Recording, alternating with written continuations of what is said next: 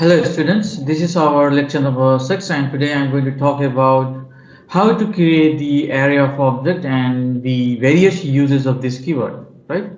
So array of object first. So this very simple example I've taken it wherein you'll be allowed to read the data from the user. So basically the array of object should look like something similar to this that I'm going to explain over here.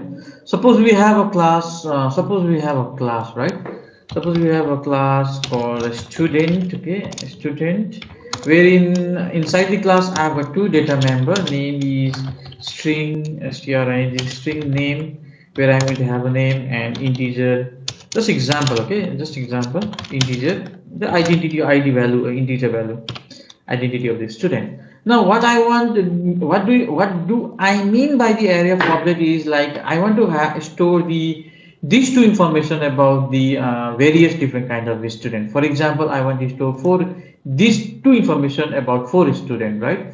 So four students, so four rows will be there and two columns, okay, four rows for two columns, 1 2 3 and 4. So for the student number one, I'm going to store the name. Say for example, name is A and identity is 1. For student number two, name is B and identity is 2. Okay. Likewise, the name is C and 3, and name is D and 4. Okay. So this first column refers to name. Okay, name, and second column refers to ID. So this is what I want logically.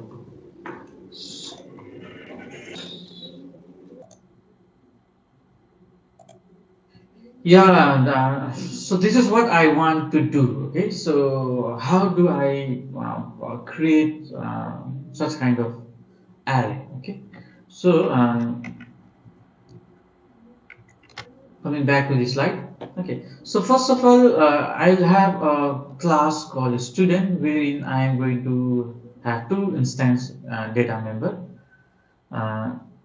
data instance variable, ID, num, and name. Okay, so ID num basically integer value. So some identity of our student details will be stored in this variable, and similarly for name, the student name of the student. And then this method I've just used out here to display whatever the user had wanted to show it, right? So so now there's demo class where and public static void main where I've declared array of objects. So this is how I create the array of object of this class student.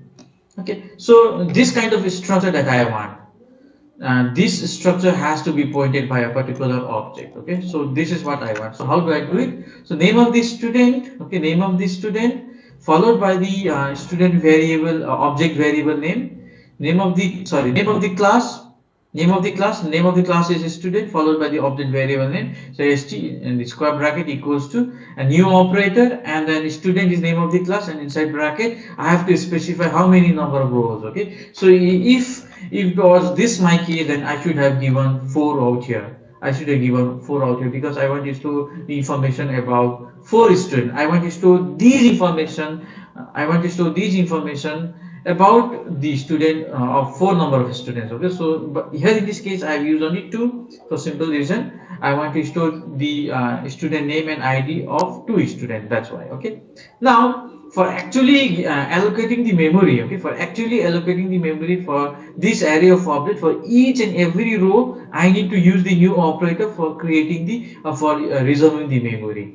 So now when this statement gets executed, when this first statement gets executed, the first row memory will be given. Okay, similarly when second statement gets executed, the second row information, the second row memory will be reserved. That's how I reserve the memory. So basically unlike the array that we have discussed earlier, in array of object you have to perform 2 steps. Okay, first step is name of the class followed by the object within the empty and then followed by empty parenthesis equals to new operator, and then name of the class inside the parenthesis the number of information about the entity for which you want to store the information, right? Okay, next is the initialization. Very simple. With the help of the dot operator, okay, you can access it. So I think this is very easy. You have already seen in your C and C++. just like how to access the members of the class. Okay, we have already seen in Java also. Only the difference is that this square bracket and the identity. Okay, square bracket and the index value I need to have it.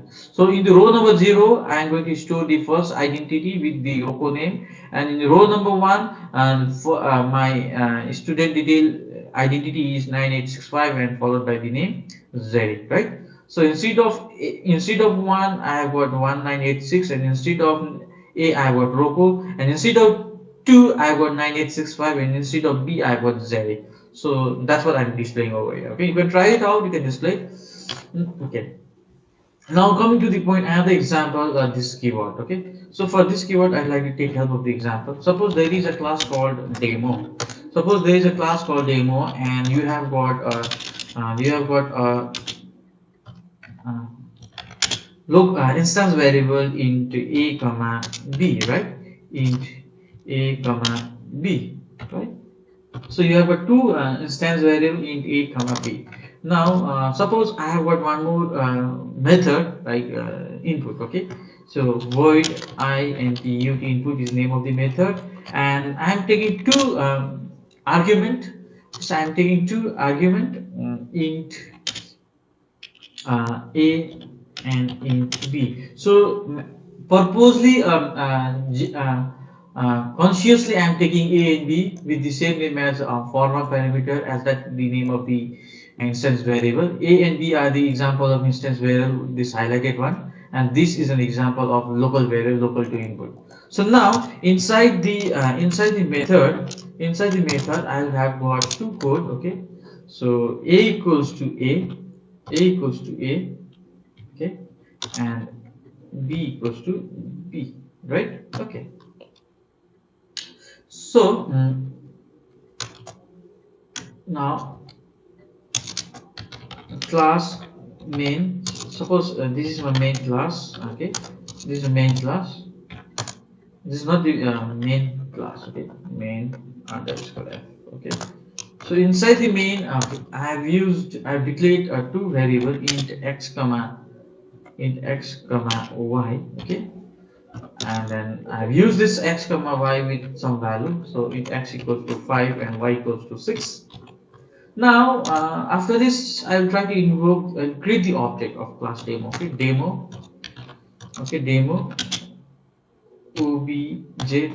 obj equals to new operator. Okay, and demo. Okay, fine. Now I've created the object. Now I want to use this object to invoke the input method, obj dot, okay, input, okay, with these two value x and y, x comma y. So before I tell you something, my main objective of this example is to initialize the instance variable a and b of demo class. So looking at this, you think that okay, fine, you are trying to initialize a and b. Okay, you are trying to initialize a and b, but when you write down this code and try to execute, you have actually initialize reallocate the same memory location. That is, this local to local you have done initially. This a does not refer to this a, and this b does not refer to this b. So here I mean to say that this code, okay, this code you have written, you have tried to initialize the same variable to the same variable, not the instance variable of the demo class. However, my objective was, or my what I want to do was, I want to initialize instance variable. So this is the problem. Okay, generally here in this case the preference, this whenever there is a same name, whenever there is a same name of the variable, and those variable local and instance variable, then instance variable, and you write this kind of a statement, then the preference will be given. Then the preference will be given to the local variable, not the instance variable. So now, but you want, what do you want? But you want to initialize this a and this b. So to do this, you have to write down this keyword. You have to use this keyword, this a and this b. Now if you do this, it will try to initialize this. Okay, if you do this, then it will initialize this instance variable. So with the help of this keyword, it refers to the current class instance. This keyword, the current class is demo and instance variable. This keyword is basically used to unhide the instance variable, unhide the local variable. Okay, sorry, unhide the instance variable. So if I had not written, it was hidden. If I had not written this, if I have not written this, then it was hidden. Okay, hidden means a equals to a means this code is not able to see this a and b instance variable. This code is able to see only the local variable. So when you use this, it has unhided this instance variable. So one of the main objective of this keyword uses is to unhide the instance variable. Okay, so I hope you have understood the problem that I have discussed. So whenever you try to write down this kind of code, okay, wherein the name of the local variable is same as that name of the instance variable, then you write down this code, and in this case the preference will be given to the local variable, or in other words, instance variable is not seen, it is hidden, over here. The display method does not know m is the instance, m is the local, so basically preference is given to local. That's what I want to say. So now to unhide it, to unhide the instance variable, I use the MNM. So now when you write down this, it is actually trying to, here this m equals to m means you're trying to instance a local variable m into an instance variable m of const class. So that's what is the is the uses of this keyword, one of the uses. Okay, so this keyword basically refers the current instance of the class in a function. So it has got various other words also. Okay, so one of the task of the one of the feature of the using this keyword is to unhide instance variable. The other uses are to invoke the current class constructor. So to invoke the current class constructor, so I'll discuss that. Suppose I have got the class called student11, wherein you have got two data member, ID and student name, ID and name. So this is a constructor, a parameterized constructor. So whenever you have created the object, okay, whenever you have created the object, so it will go over here. Okay, it will go over here. Sorry, this example of unhide. I want to give the example of this. Okay. Okay. Just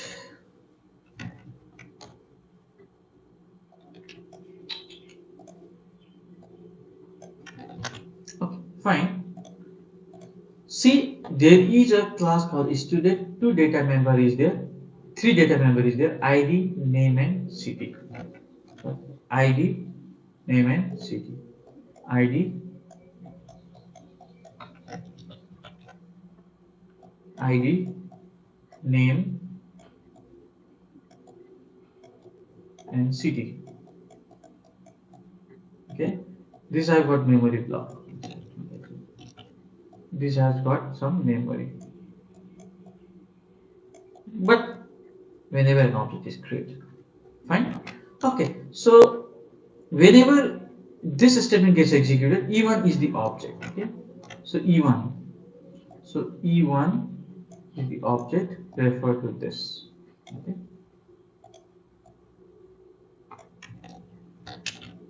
You may have the similar kind of information for E2 also. E2. Okay. So in E1 identity, whenever this was created, okay, whenever this E1 was created, you have supplied two arguments, 111 and current. Okay. So to that corresponding constructor will be invoked having two number of arguments. So this is having two number of arguments, unlike this. So 11 will go in ID and current will go over here. Okay. And further it will get initialized to this ID and this name. So basically instance variable. So basically 111 will go over here and current will go over here. KARAN. Okay, the third you have not initialized anything. Okay. Next, E2. Whenever you created the E2, you have supplied three arguments, 222, Aryan and Delhi. So three arguments. It's not matching with this constructor. It's matching with this constructor. So 222 will go in ID. Aryan will go in name, and Delhi will go in initialize with city. Okay, and see the name of this local variable is same as that name of the instance variable. So you take help of the this keyword to refer this. Okay, so first of all, this city. Okay, this city is what? Delhi. So for city, E2 Delhi will be initialized out here. DELHI. Delhi will be initialized out here. But for this, okay, this keyword, this statement, wherein you have written this ID and name. Okay, so you have supplied you have supplied 222 and Aryan. Okay, you have supplied 222 and Aryan. Okay, so you have supplied 222 and Aryan in the current class constructor. So this will go to here. Okay. So who is the invokes constructor means invokes the constructor of current class. So the name of the current class is student. So inside this method, okay, who has invoked this constructor? Student. Okay, so this id comma name means it will invoke the this line will invoke the current class constructor. So the current class constructor is student, so it will invoke over here. Okay, this id and name, that is 222 and rn will be sent to here and here, which will get further initialized to instance variable of the same. So basically, 222 and rn will get initialized object 222 and a r y a and this will get initialized over here. So this is another uses of this keyword. So in this example, you have understood that this keyword can also be used to invoke the current class constructor. Okay? So this was my second example, invoke the current class constructor. We can even pass this keyword as an argument also. Okay, so you can see in this example, there is a class S2, there is a method wherein the object, you have received some object, there is a method P, and there is a main class. In the main class, we have created the object of class S2. Okay, the name of the object is S1, and you invoke the P method, S1.P. Inside the P method, you have used what? You have invoked inside the P method, you have invoked the another method M by writing just this keyword. So this keyword basically means, here in this case, this keyword means you're trying to supply the object of current class. So what is the current class? S2. So S2 object. So this is another example of object passing the object using this keyword. And the last example, okay, uses of this keyword is that it can even return the instance of current class. It can even return the instance of current class. For example, there is a class A. Okay, so I think we have seen in our last class session how to return the object. The concept is same.